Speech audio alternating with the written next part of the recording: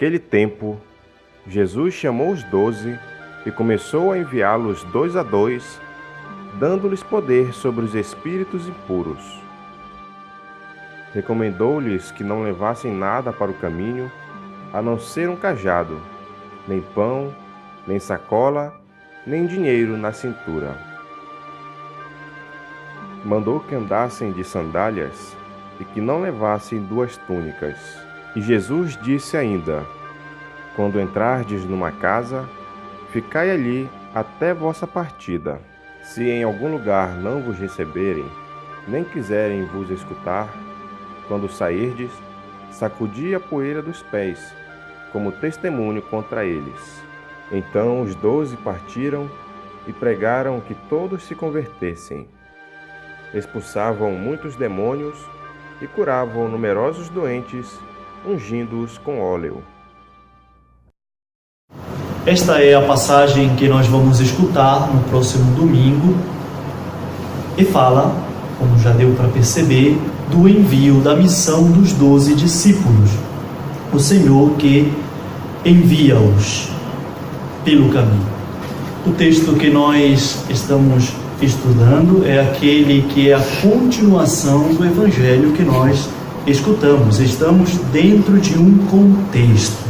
Qual é o contexto? A visita de Jesus a Nazaré.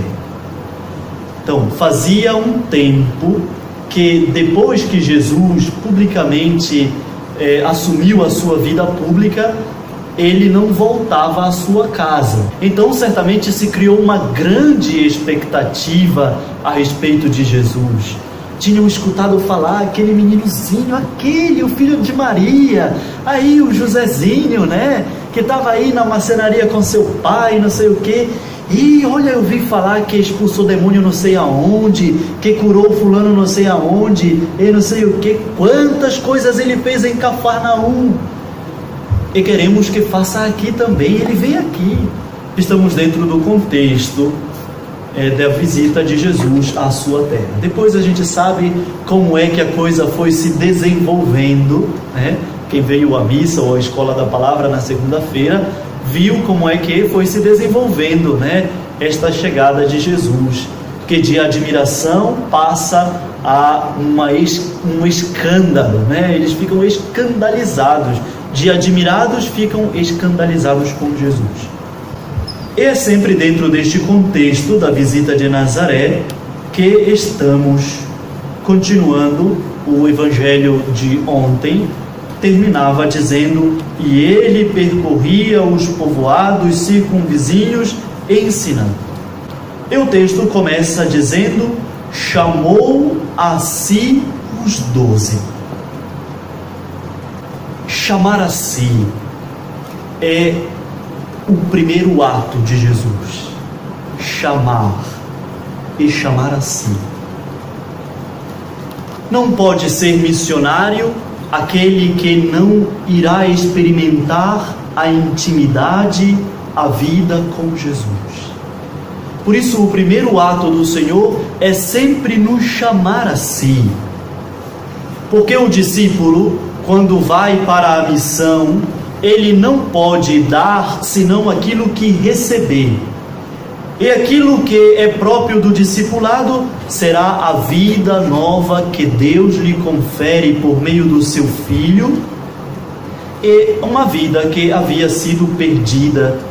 Por isso é a vida dada que mais tarde será oferecida por parte dos discípulos àqueles que eles encontraram.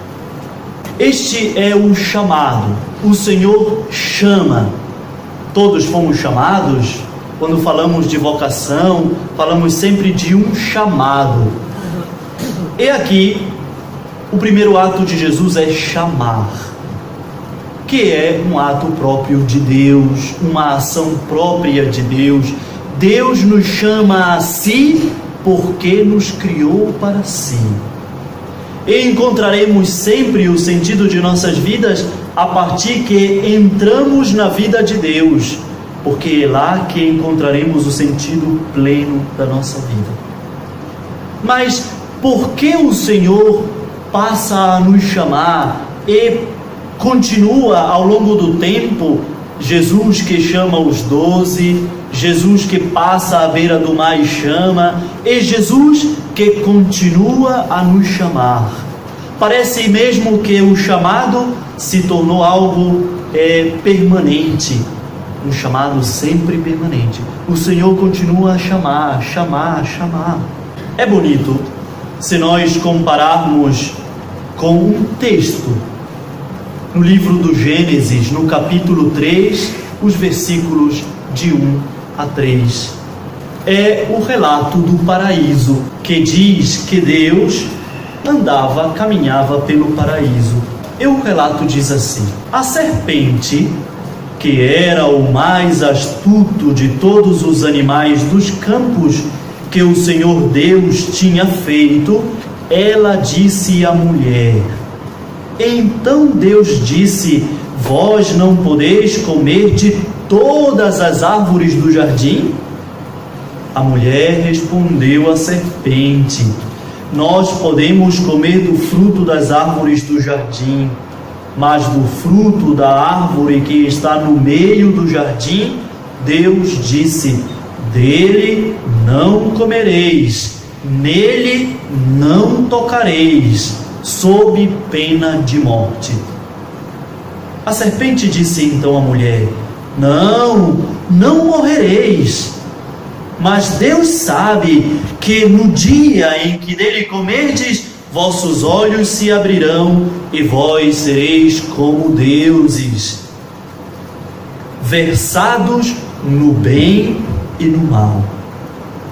A mulher viu que a árvore era boa ao apetite e formosa à vista, e que essa árvore era desejável para adquirir discernimento. Tomou-lhe do fruto e comeu. Deu também ao seu marido, que estava com ela, e ele comeu. Então abriu-se os olhos dos dois e perceberam que estavam nus. Entrelaçaram folhas de figueira e se cingiram. Eles ouviram o passo do Senhor Deus, que passeava no jardim à brisa do dia, e o homem e sua mulher se esconderam da presença do Senhor Deus entre as árvores do jardim. Olha, que semelhança com o nosso texto. E o Senhor Deus chamou o homem: onde estás? Disse ele: ouvi teu passo no jardim. Respondeu o homem: tive medo, porque estou nu e me escondi. Ele retomou: e quem te fez saber que estavas nu? Comestes então da árvore que te proibi comer? O homem respondeu: a mulher que tu puseste junto de mim me deu da árvore e eu comi. O Senhor Deus disse à mulher: que fizeste? E a mulher respondeu: a serpente me seduziu e eu comi. Veja que Deus procura o homem. E é interessante que nesta imagem em que Deus procura o homem no jardim, nós podemos simplesmente pensar numa cena de filme em que Deus à tardinha ia, e ele procurava o homem e ia passear com ele. Tudo bem, a gente pode até pensar um pouco assim, mas Deus procura o homem porque o homem se ausentara da sua presença. Deus já não pode mais sentir o homem. Algo aconteceu. Deus não consegue mais perceber o homem diante da sua presença. Algo aconteceu. Assim como uma mãe que é ligada a seu filho e sente quando aconteceu algo de ruim, Deus sabe, Deus sente que o homem perdera-se de seus olhos. ele já não consegue mais encontrar a Deus. E Deus, portanto, vai à sua procura. Não só procura, como chama o homem. Chamou, diz o texto, Deus passeava no jardim, o homem se escondeu da presença do Senhor Deus, e no versículo 9 diz, o Senhor Deus chamou o homem.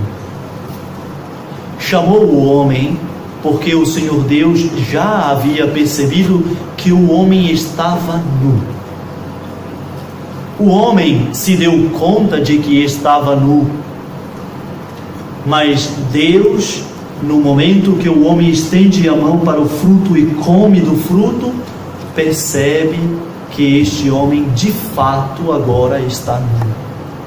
Não porque ele estava nu, mas que agora sim, porque Satanás seduziu a eles e dizendo que eles podiam ser como Deus, agora comendo do fruto, percebem que estavam nus, mas na verdade não estavam nus.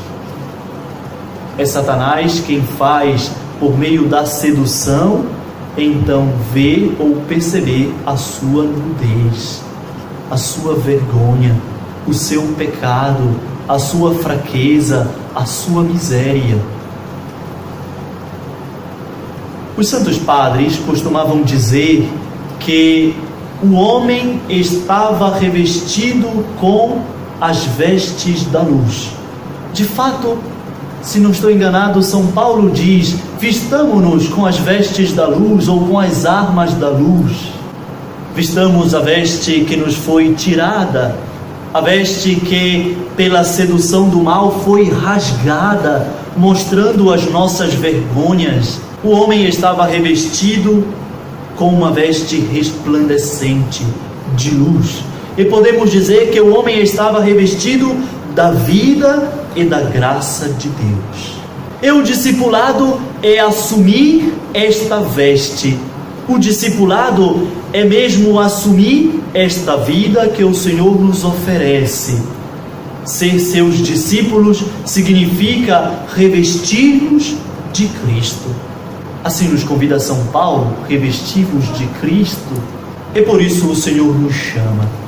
Assim como chamou desde o começo Adão, para que se vestisse novamente da sua graça, chama-nos também a nós, para que por meio do seguimento, por meio do discipulado, cada um de nós possa novamente assumir esta veste, vestir-nos novamente da graça e da vida que perdemos pela condição do pecado.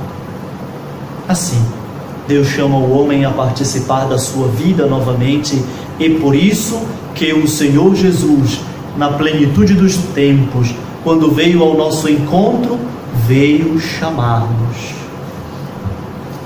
Chamou a si, atrai a si. A primeira coisa que o discípulo deve ter claro é que ele é chamado. Somos chamados. O Senhor me chamou.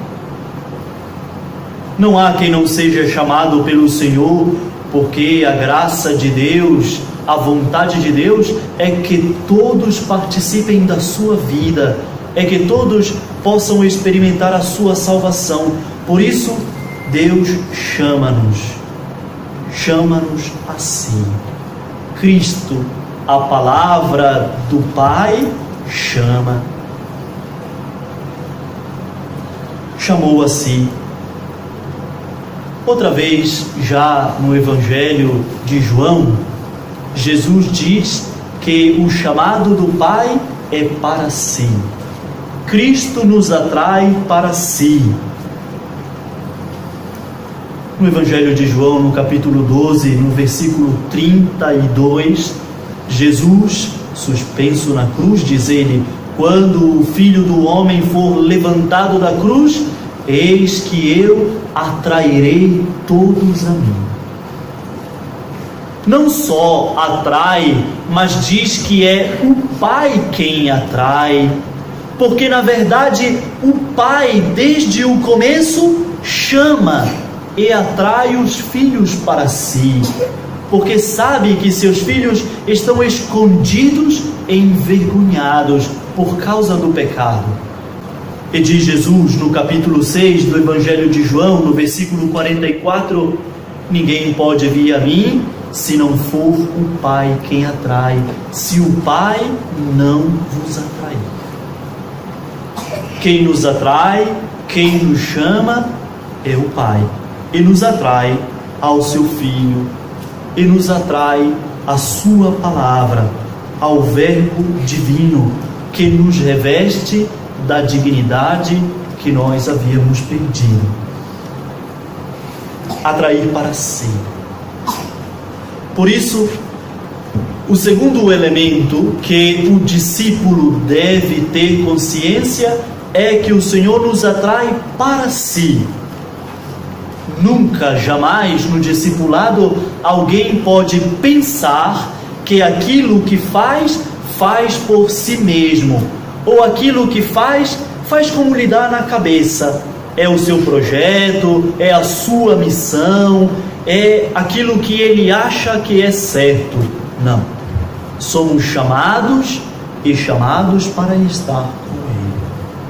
Somos chamados e chamados para ficar com Ele. Por isso, atraídos pelo Senhor, chamados pelo Senhor, é dele que recebemos a missão. E somos chamados para segui-lo, somos chamados para a vida com Ele. Já disse no começo, o discípulo tem que ter consciência de que ele é sempre chamado e chamado para estar com o Senhor primeiramente. Ninguém poderá anunciar a si mesmo, ninguém poderá dar de si mesmo. Não temos mais nada em nós, a vida, a riqueza, tudo recebemos do Senhor. Por isso, chamados para estar com Ele. E assim começa o nosso Evangelho. Chamou a si os 12. Por isso, meus irmãos, que na missão é fundamental estar com Jesus. Ninguém pode se embrenhar no caminho, se embrenhar na mata, anunciando a todo o canto a vida e a boa nova, se não fizer a experiência com Jesus, se não for atraído por Ele, se não estiver com Ele, se não estar com Ele, se não experimentando a sua vida, ninguém pode anunciar. Porque se não estivermos primeiro com Ele, se Ele não nos convoca para estar com Ele, anunciaremos a nós mesmos. E isso será sempre uma tragédia. Por isso, toda a missão parte sempre de um estar com Jesus.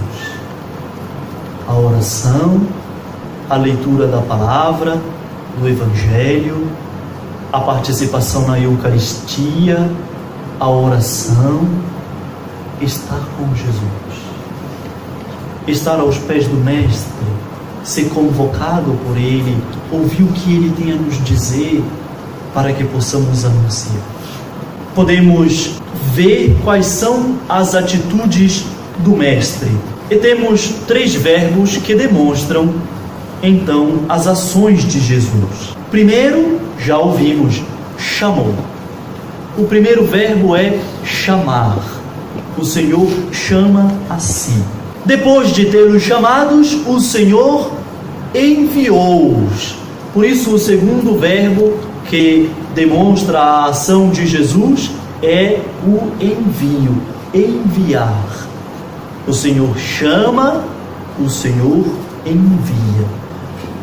Mas se o discipulado ou o discípulo tem que ter consciência que aquilo que ele oferece não é de si mesmo, mas do Senhor, então eis que aparece o terceiro verbo, deu-lhes. Por isso, Jesus chama, Jesus envia e Jesus dá. Demonstra a ação do Mestre. E é a partir daqui que cada um de nós pode entender, então, qual é a nossa missão como é que deve agir o discípulo? Primeiro, estar com o Mestre, ser enviado pelo Mestre para partilhar a vida que o Mestre nos deu. Este é o missionário. Não fala de si mesmo, fala de um outro alguém. E este alguém é Jesus. Então, depois de chamá-los, de instruí-los, Jesus envia-os e Jesus lhes dá autoridade. Lembre-se que já ouvimos falar da autoridade do Senhor outras tantas vezes no Evangelho, como que as pessoas se admiravam e diziam: olha como ele ensina com autoridade. A autoridade é sempre aquela conformidade entre aquilo que o Senhor nos pede e a vida do discípulo. O discípulo não pode ser maior do que o mestre. O discípulo deve ser como o mestre. Esta é a conformidade que dá autoridade ao discípulo. Se o discípulo se acha maior que o mestre, fere o princípio da autoridade. Então, já não levamos mais quase em conta. Mas se um discípulo, ele não está semelhante com o mestre, também fere o princípio da autoridade. Já não conseguimos perceber nele uma harmonia entre aquilo que o mestre diz e aquilo que o discípulo faz. Porque a harmonia está justamente aí, não? Na vida e naquilo que o mestre dá, naquilo que o mestre diz. E deu-lhes autoridade sobre os espíritos impuros. Versículo 8. Agora, depois de chamar, enviar, de dar aos discípulos, Jesus faz algumas recomendações, que são válidas para cada um de nós também, que somos discípulos do Senhor. Recomendou-lhes que nada levassem para o caminho, a não ser um cajado apenas. Nem pão, nem alforje, nem dinheiro no cinto. Parece um pouco radical este Jesus, né? Esse der um piripaque nos discípulos no meio do caminho, né? Não pode levar pão, não pode comer. Recomendou-lhes. A recomendação de Jesus é que eles não devem levar nada no caminho. Na verdade, o Evangelho diz para o caminho. É interessante porque quando você diz você não deve levar nada pelo caminho, você está indicando que você passará por um caminho e chegará a algum lugar. Mas ele diz: não leveis nada para o caminho, indicando que o lugar do discípulo será sempre no caminho. Então diz para o caminho, para indicar-nos que o lugar do discípulo é o caminho. Embora ele encontre povoados, esteja em algum lugar, como mais tarde ele vai dizer, entrar numa casa, estar numa casa e tudo mais, mas o discípulo não pode se instalar. Ele não pode ficar sentado de braços cruzados. Não, este não é discípulo. O discípulo tem que ter a consciência de que sempre estará a caminho, sempre. E o lugar do discípulo será sempre o caminho. E estará sempre a caminho, e encontrará sempre muitas pessoas, e anunciará a todas elas aquilo que o Senhor tem mandado dizer. Se pensamos que nos destinamos a um lugar concreto, pronto, acabado, nós podemos dizer: pronto, cheguei, graças a Deus. E agora o que fazemos?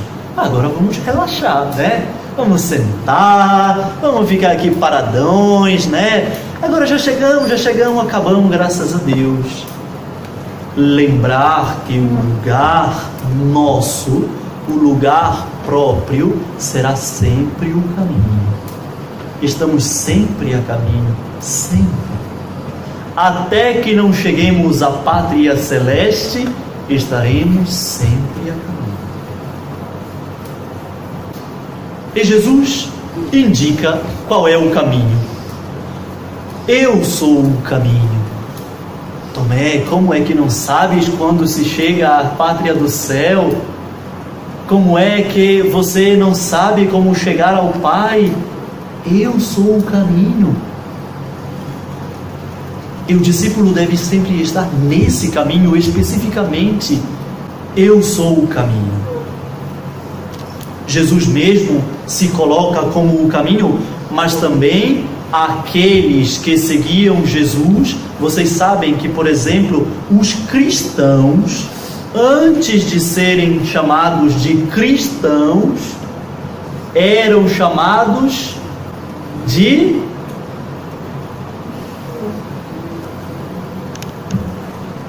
Atos dos Apóstolos, capítulo 9, versículo 2.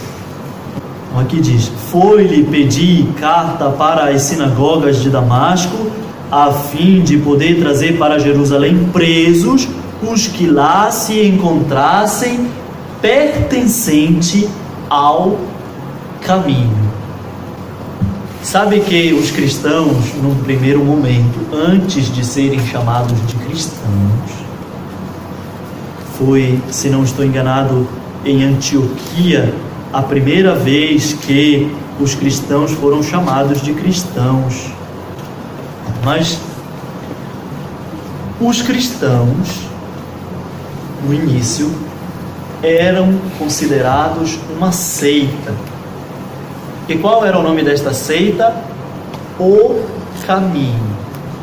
Não é o caminho neocatecumenal, tá? Não tem nada a ver. O caminho neocatecumenal vem muito. Agora esse século aqui, né? Não tem nada a ver. Não é o caminho e nem o caminho, tampouco o caminho da fraternidade, o caminho, tá? Não tem nada a ver com nada. O caminho era assim que os cristãos eram conhecidos antes do nome cristãos. Se nós estivéssemos naquela época, iriam dizer que nós éramos pertencentes ao caminho, né? E vamos lá, Atos dos Apóstolos, capítulo 18, versículo 25, uma contenda, se eu não estou enganado, né? Vamos lá. E diz assim: um judeu, no 24, chamado Apolo, natural de Alexandria, havia chegado a Éfeso. Era homem eloquente e versado nas Escrituras. Fora instruído no caminho do Senhor. Versículo 26. Começou, pois, a falar com intrepidez na sinagoga. Tendo ouvido, Priscila e Áquila tomaram-no consigo e, com mais exatidão, expuseram-lhe o caminho. Vê lá o 19, versículo 9. Alguns, porém, empedernidos e incrédulos, falavam mal do caminho diante da assembleia. Versículo 23. Por essa ocasião, houve um tumulto bastante grave a respeito do caminho. Não leveis nada pelo caminho. Que caminho é? Já sabemos, primeiro, que somos chamados, enviados, e a nós foi dado um tesouro, que devemos dividi-lo com todos os que encontrarmos no caminho, porque o lugar do discípulo será sempre o caminho, e ele se encontrará sempre a caminho. Estar no caminho significa, assim como os cristãos pertenciam ao caminho, significa estar no caminho, significa estar em Cristo, que é o caminho que conduz ao Pai. Por isso, neste caminho não é preciso levar nada. Este caminho já é o tudo que se deve trilhar. Não é um caminho qualquer, é o caminho que é o próprio Jesus. O discípulo não deve levar nada. Diz o nosso texto, apenas um cajado. E nós podemos, no livro do Êxodo, no capítulo 12, no versículo 11, ouvimos falar do cajado. Era uma recomendação, já antiga, e que entrou justamente aqui no Evangelho, esta recomendação de levar um cajado. É o contexto da Páscoa. Estão lembrados, Eles estão prestes a sair do Egito, então tem a recomendação da Páscoa, é aquele capítulo que fala como é que deve fazer a Páscoa naquele dia que o Senhor determinou. Ele diz assim: é assim que devereis comê-lo, com os rins cingidos, sandália nos pés e o cajado nas mãos. Comê-lo eis às pressas é uma Páscoa para o Senhor. O cajado quer apenas reforçar que o cajado é vamos dizer que o cajado, na linguagem litúrgica, nós diríamos que o cajado é um paramento, ou podemos, na linguagem normal, dizer é um equipamento próprio para caminhar. Ninguém saía da casa de um para o outro com um cajado, eu vou visitar o fulano, aí vai aqui lá na vizinha, vai com um cajado, eu vou comprar tal coisa bem ali, aí vai com um cajado. Não. O cajado era usado para fazer longas caminhadas, porque você precisava passar por lugares íngremes, se apoiava aqui e ali, podia encontrar um animal, aí você dá uma cacetada nele, uma cobra, qualquer coisa desse jeito. Por isso era um equipamento de quem se colocava a caminho. Então, lá na recomendação da Páscoa diz: colocai uma túnica, cingir os vossos rins, Sabe o que é cingir os rins, Vocês sabem o que é cingir os rins? Sabe, Significa amarrar alguma coisa aqui na altura dos rins, Geralmente era uma faixa, não sei se vocês já viram, o padre da catedral, ele é triste, sabe? Ele não é chique, Então você raramente vai ver ele com uma cordinha amarrada aqui na cintura, Já viram, Mas vocês já viram, com certeza, algum padre, o seminarista com uma cordinha amarrada aqui na cintura, na altura dos rins. Isso significa cingir os rins. Por que eles cingiam os rins naquela época? Porque quando a túnica é muito grande, sabe a túnica, aquilo que o padre veste, E quando eles vestiam, a túnica era grande, e você tinha que caminhar longas distâncias, ela atrapalhava. Você puxava a veste até ela ficar aqui pelo meio da canela, mais ou menos, E amarrava, porque você tinha que caminhar, e caminhar depressa, Mas o cajado é o sinal de quem está a caminho, Assim como o cingir-se, o cajado é o sinal próprio de quem está a caminho. Por isso, não leveis nada, apenas um cajado, sinal de que você deve estar sempre a caminho. E também este cajado, era usado pelos pastores, os pastores para tanger as ovelhas, o rebanho, para afastar os lobos também, para dar cacetada e tudo mais, Eles usavam o cajado, é próprio de um caminho. Por isso que vocês, quando vem a alguma celebração, que é o bispo quem celebra, ele entra sempre com um cajado na mão, E o nome daquilo é pastoral, o nome, daquele cajado que o bispo usa. É pastoral o nome daquele cajado. Por quê? Porque o bispo deve lembrar que ele mesmo está no caminho e conduz a igreja pelo caminho, que é Jesus, e que ele foi posto à frente para puxar, para guiar, para levar pelo caminho a igreja ou o povo que lhe foi confiado, né? Por isso ele possui aquele cajado, para lembrar que ele também é o pastor. Serve para dar cacetada de vez em quando também, né? Quando está merecendo as ovelhas, né? Lápis, né? E aí para a ovelha tomar tenência na vida, né? Tá bom. Para dar cacetada nos pastores também, né? Que às vezes os pastores que estão precisando mais do que as ovelhas. Vamos lá. Nada. Só um cajado. Só um cajado. Nem pão, nem alforge, nem dinheiro. O alforge é uma sacola, né? Uma espécie de sacola. Nem pão, porque é o pão que nutre no caminho. E nós podemos olhar o Evangelho de João, no capítulo 6, e podemos ver a partir do 22, diz assim: no dia seguinte, a multidão que permanecera no outro lado do mar percebeu que aí havia um barco e que Jesus não entrara nele com seus discípulos. Os discípulos haviam partido sozinhos.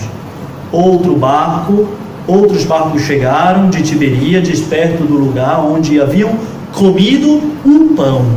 Que pão eles comeram? Qual é esse episódio?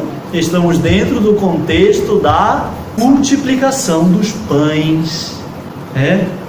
É só ler aí o começo do capítulo 6, dizendo: havia muita grama naquele lugar, e sentaram, pois, os homens em número de 5.000 aproximadamente. Tomou então Jesus os pães, deu graças, distribuiu aos presentes, assim como os peixinhos, tantos quanto queriam, quando se saciaram. Então, depois estamos nesse episódio que comeram o pão da multiplicação. Lembre-se, um pão de verdade, pão de trigo, né? Eles comeram esse pão. Então veja que o evangelista lembra este fato, dizendo: outros barcos chegaram de Tiberíades, perto do lugar onde haviam comido o pão. Quando a multidão viu que Jesus não estava ali, nem seus discípulos, subiu aos barcos e veio para Cafarnaum à procura de Jesus. Encontrando-o do outro lado do mar, disseram-lhe: Rabi, quando chegastes aqui? Respondeu Jesus: em verdade vos digo. Olha, Jesus deu uma cacetada segura, né? E todo mundo feliz, contente atrás de Jesus: mestre, quando foi que tu chegastes aqui? E Jesus: em verdade vos digo, vós me procurais, não porque vistes os sinais, mas porque comeste dos pães e vos saciastes. Interesseiros vocês. Na cara deles. E não mandou dizer. Disse e não mandou dizer. Pode acontecer, pode. E Jesus já mandou os discípulos terem cuidado com isso. Por isso, não leveis pão. Veja lá. E Jesus continua: trabalhai não pelo alimento que se perde, mas pelo alimento que permanece até a vida eterna. Alimento que o Filho do Homem vos dará, pois Deus, o Pai, o marcou com o seu selo. Pode acontecer que, se o discípulo, não tendo estado com Jesus, sendo enviado por ele, recebido o dom, e não acolhendo as orientações para o caminho, pode ser que o discípulo comece a fazer a confusão. Vós estáis atrás de mim, não porque vistes o sinal, mas porque vocês encheram o estômago de vocês.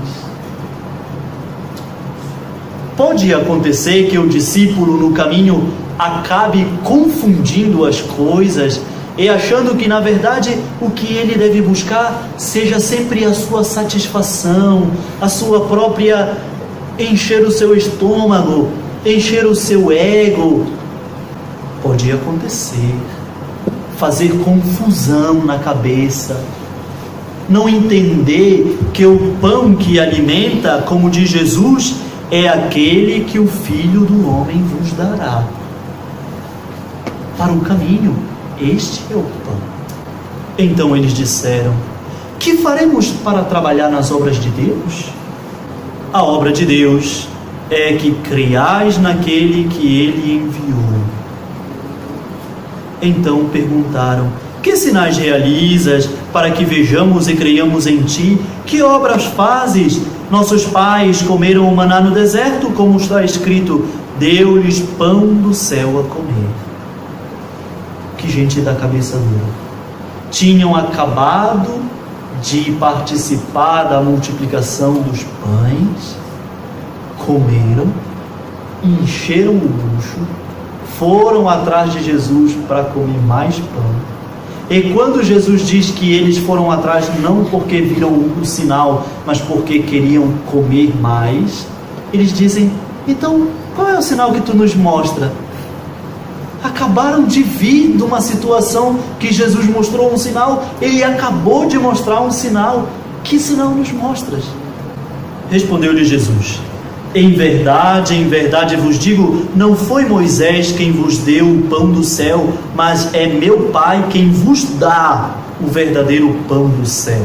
Porque o pão do céu é aquele que desce do céu e dá vida ao mundo. Então eles disseram: Senhor, dá-nos sempre deste pão.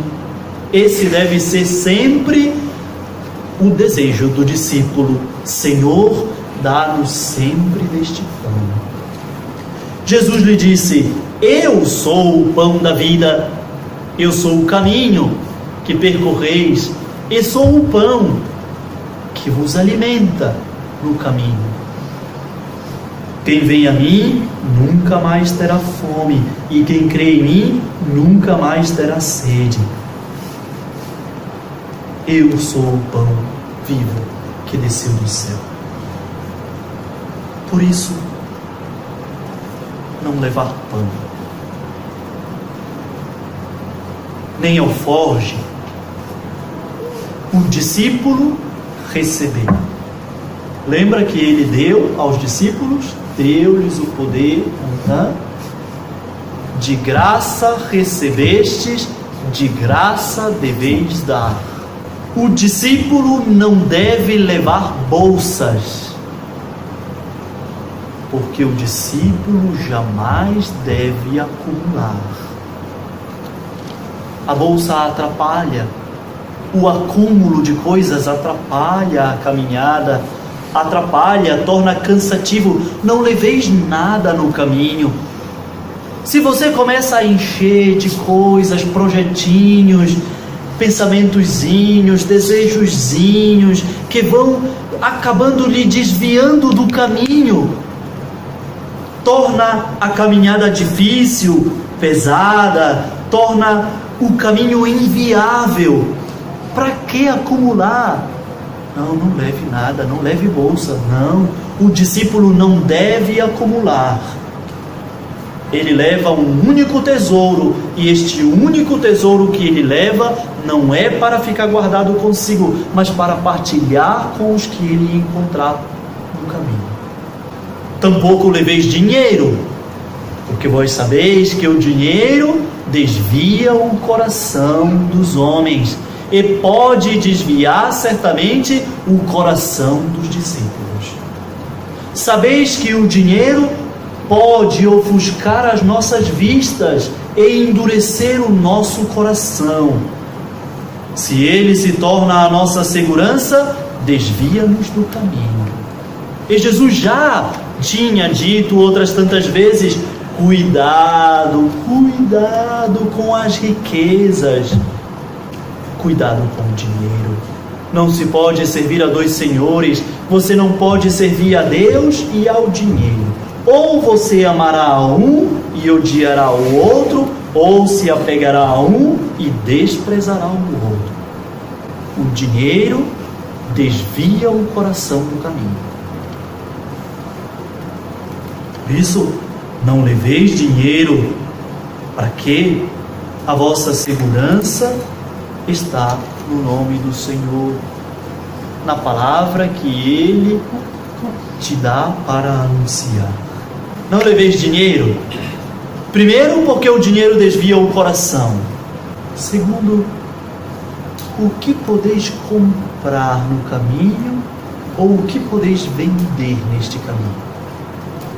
Porque dinheiro supõe sempre um câmbio, compra e venda. Você não pode vender nada do que lhe foi dado e tampouco pode comprar o que lhe foi confiado. Não tem necessidade do dinheiro, então. Mas que andassem calçados com sandálias e não levassem duas túnicas. Uma sandália, humildezinhos, sinal da humildade, mas também o sinal de quem vai caminhar bastante. Por isso tenha os pés calçados, porque algumas partes do caminho vai ser pedreira, vai ser duro, vai ser difícil. Isso leve os chinelos, leve. Não duas túnicas, não é preciso. É a graça do Senhor quem vos reveste, é o Espírito quem vos reveste. E lembrando-nos de Cristo, de São Paulo, revesti-vos de Cristo. É as nossas vestes. E dizia-lhes: onde quer que entreis numa casa, nela permanecei até vos retirardes do lugar.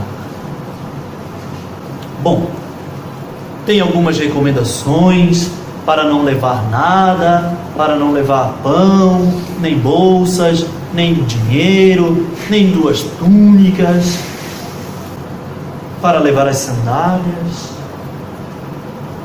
Mas, bem aqui neste versículo, no versículo 10, há algo importante, que é algo central na espiritualidade cristã. Olha o que ele diz, vamos ler de novo o versículo 10. E dizia-lhes: onde quer que entreis numa casa, nela permaneceis até vos retirardes do lugar. Qual é esta atitude, este bem, este dom que deve sempre permear a vida cristã? Aquele dom, aquele bem que está no centro da espiritualidade cristã é a hospitalidade. Lá onde vos hospedar, né? Hospitalidade. O discípulo, embora esteja a caminho, deve ser sempre hospitaleiro.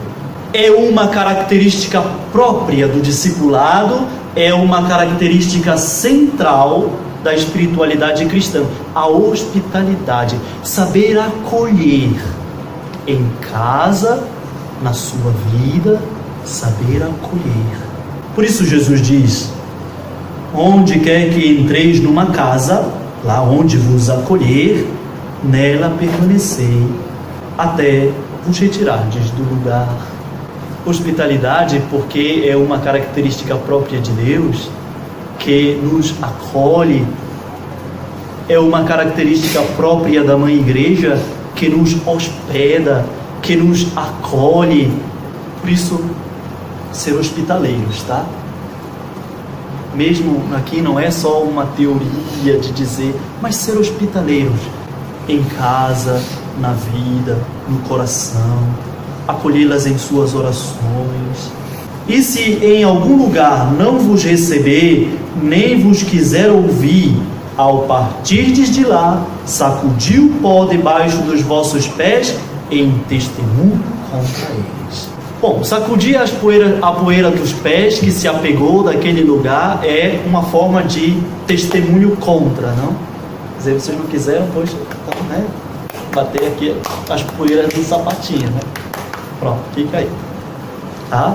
Se não vocês não quiseram dar atenção, eu também não quero nada de vocês. Pronto.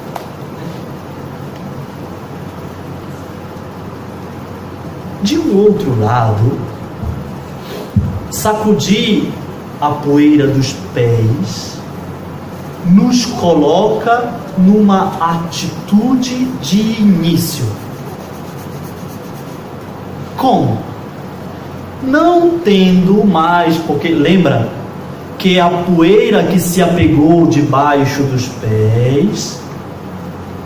Então Jesus diz assim, bora ver se eu consigo me fazer entender, que às vezes eu me enrolo nos meus pensamentos e eu não consigo falar. Tá, então Jesus disse assim, se não vos receberdes, vocês devem bater a poeira que se apegou aos vossos pés, né?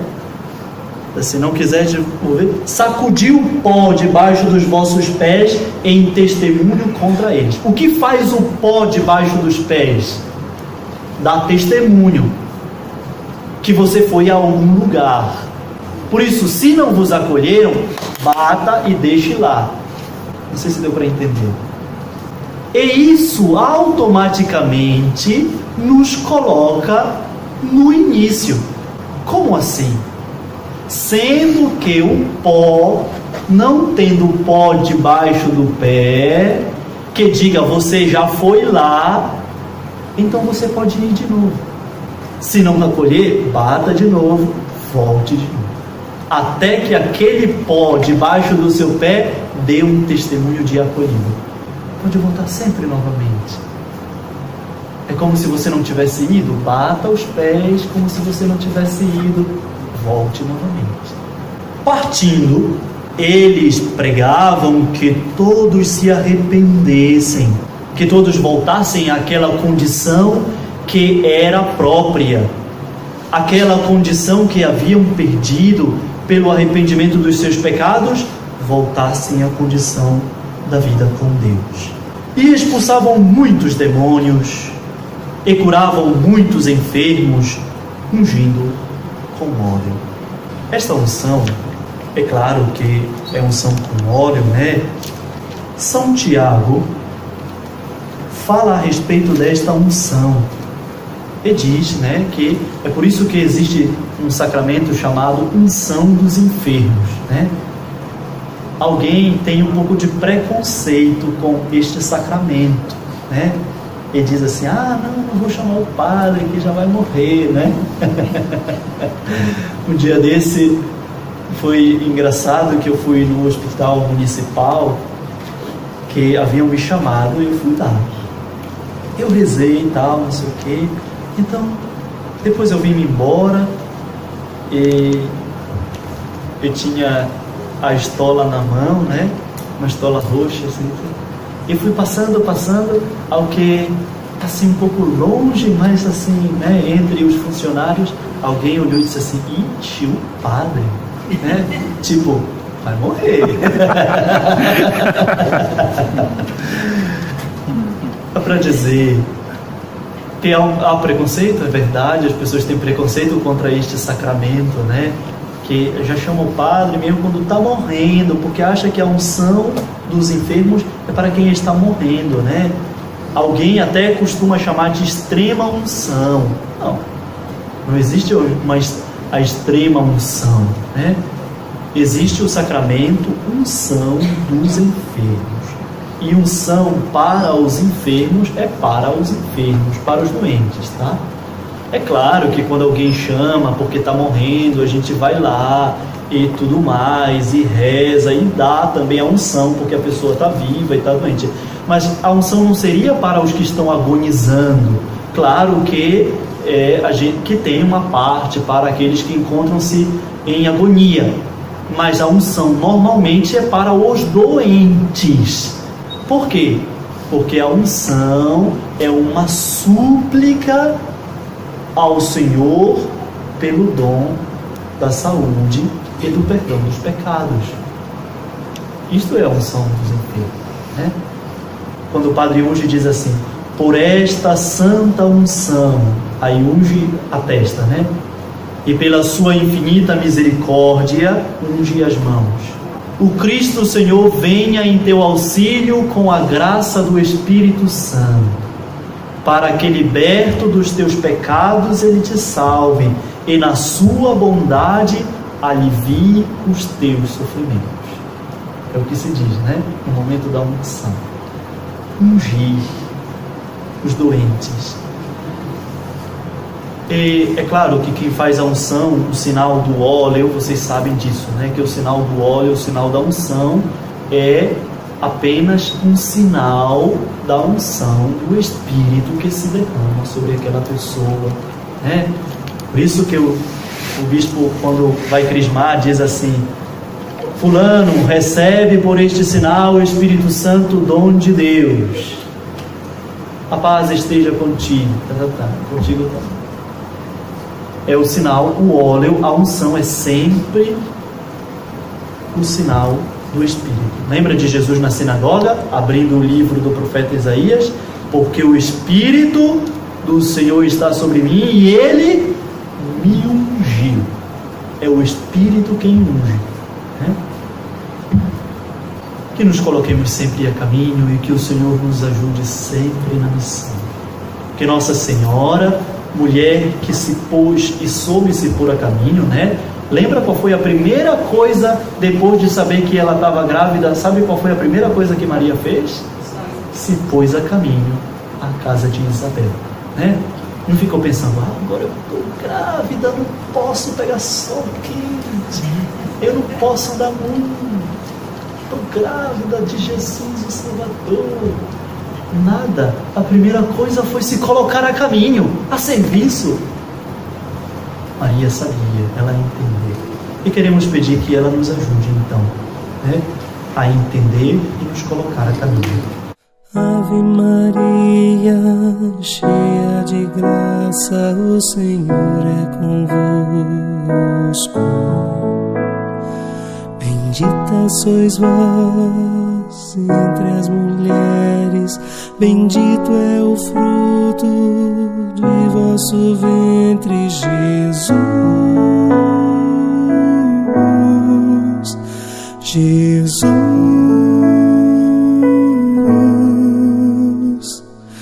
Santa Maria, Mãe de Deus, rogai por nós, pecadores, agora e na hora de nossa morte. Amém.